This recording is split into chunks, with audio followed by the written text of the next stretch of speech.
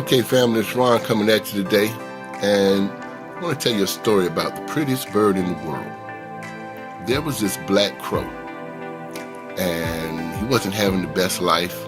He was flying around one day, and he looked over and he saw this white flamingo, and he thought, man, that is a beautiful bird. It's white all over, and he was in his family's yard. They were taking pictures of him and taking pictures with him, and he thought to himself, that must be the happiest bird in the world. And so he flew over there, and he asked the flamingo, he said, hey man, you're beautiful. You must be the happiest bird in the world. What does it feel like? And the flamingo looked at him and he said, I used to think I was the happiest bird in the world. And then I saw a parrot. I've just got one color. Parrot, he's got two. You should go see him. Ask him what it feels like to be the happiest bird in the world. And so off the crow flew and found a parrot, and wow, he was totally blown away. He thought to himself, man, that parrot looks really good. He's amazing. Two beautiful colors. And he flies over to the parrot and he asks him, he goes, hey, Mr. Parrot, your two colors are just beautiful, man. You've got to be the happiest bird in the world. What does it feel like? And the parrot looked at him and he said, Mr. Crow, I used to think I was the happiest bird in the world. But, man, one day I saw a peacock.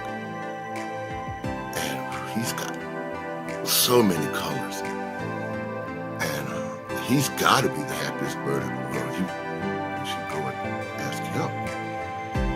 And so off the crow went. He found the peacock, and he found him in the zoo.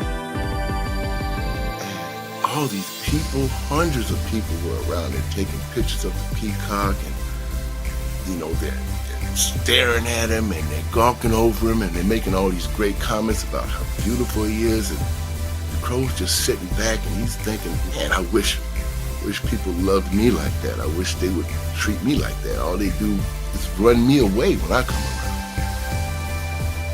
And when all the people left, he went over to the peacock. He went right up to the cage and asked him, he said, hey, Mr. Peacock, you are gorgeous. The colors, the tail comes out, it just gives me the shimmers, man. I can't believe how beautiful you are. You must be the happiest bird in the world. Everybody loves you and they're taking pictures of you, and man, what does it feel like to be the happiest bird in the world? And without any hesitation, the peacock looked at him and said, I used to think I was the happiest bird in the world because I was so beautiful and because people loved me. They put me in this cage. And one day, I saw you flying around, Mr. Crow, minding your business, free to go and do as you please and nobody really bothered you. And I thought, it must be nice to be free. That crow must be the happiest bird in the world. The moral of the story is, most people live off of what's called the Jones effect. It simply means people want what other people have. Just because you see somebody with material things, something of beauty, something of value, doesn't mean they're happy. Those things don't make you happy. What goes on behind closed doors, you would never know. Your happiness has to be dependent on you. It comes from inside. It comes from relationships that are whole and healthy. It comes from living a good life, living an honest life.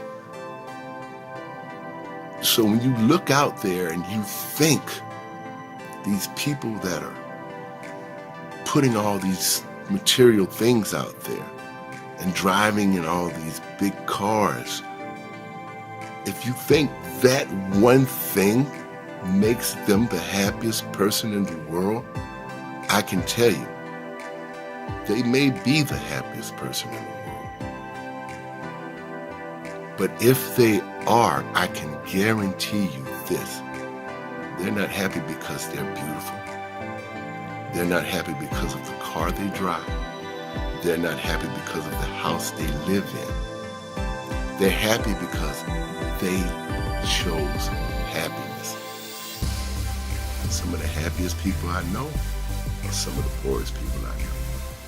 I know some rich, happy people, don't get me wrong. And rich and happy is what we all want to be. And rich is whatever you want to put on that. So the moral of the story is, judge yourself by yourself, not by external sources. Be who you are. And as always, family, I love you and I believe in you. Deuces.